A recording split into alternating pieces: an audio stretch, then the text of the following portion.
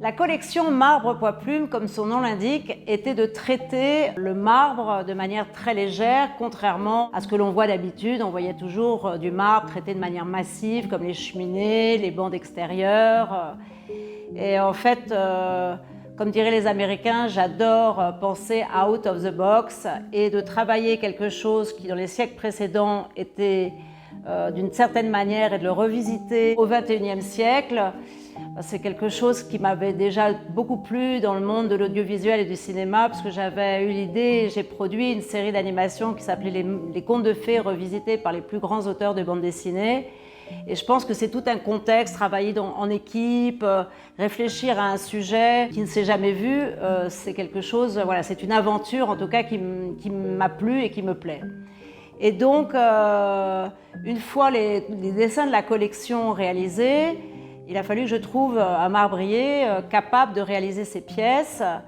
Et j'ai été dans les carrières, acheter des blocs de marbre, un noir et un blanc, un Carrare et un Marquina. Voilà, on a beaucoup cassé, donc j'ai dû retourner dans les carrières à plusieurs reprises parce que nous n'y arrivions pas. Et je me disais, mais on a dessiné des choses qu'on va être incapable de réaliser.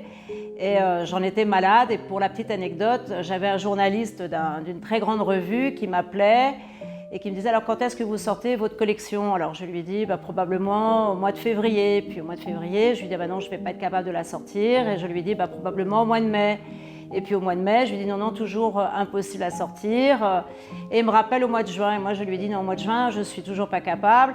Et à un moment donné, je finis vraiment par m'énerver en me lui disant, écoutez, votre article de presse, pour le moment, c'est le cadet de mes soucis.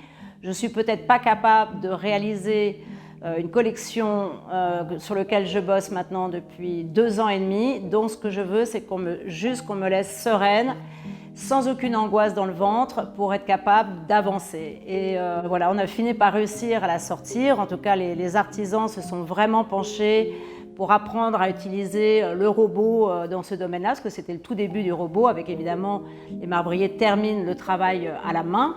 Et ma grande fierté, c'est que le CNAP, le Centre national des arts plastiques, a acquis une partie de cette collection, parce qu'effectivement, c'était la première fois qu'ils voyaient réaliser des pièces où le marbre est d'une finesse incroyable. Et on comprend quand on voit cette pièce que j'ai eu quelques soucis pour arriver à une fabrication qui soit belle et qui soit bien terminée, qui ne casse pas en cours de production. Et en fait, tout ce travail de recherche m'a tellement plu que voilà, c'est devenu le vrai Emer et Malta de faire des recherches sur les matériaux, sur les savoir-faire et d'emmener ces matériaux au XXIe siècle.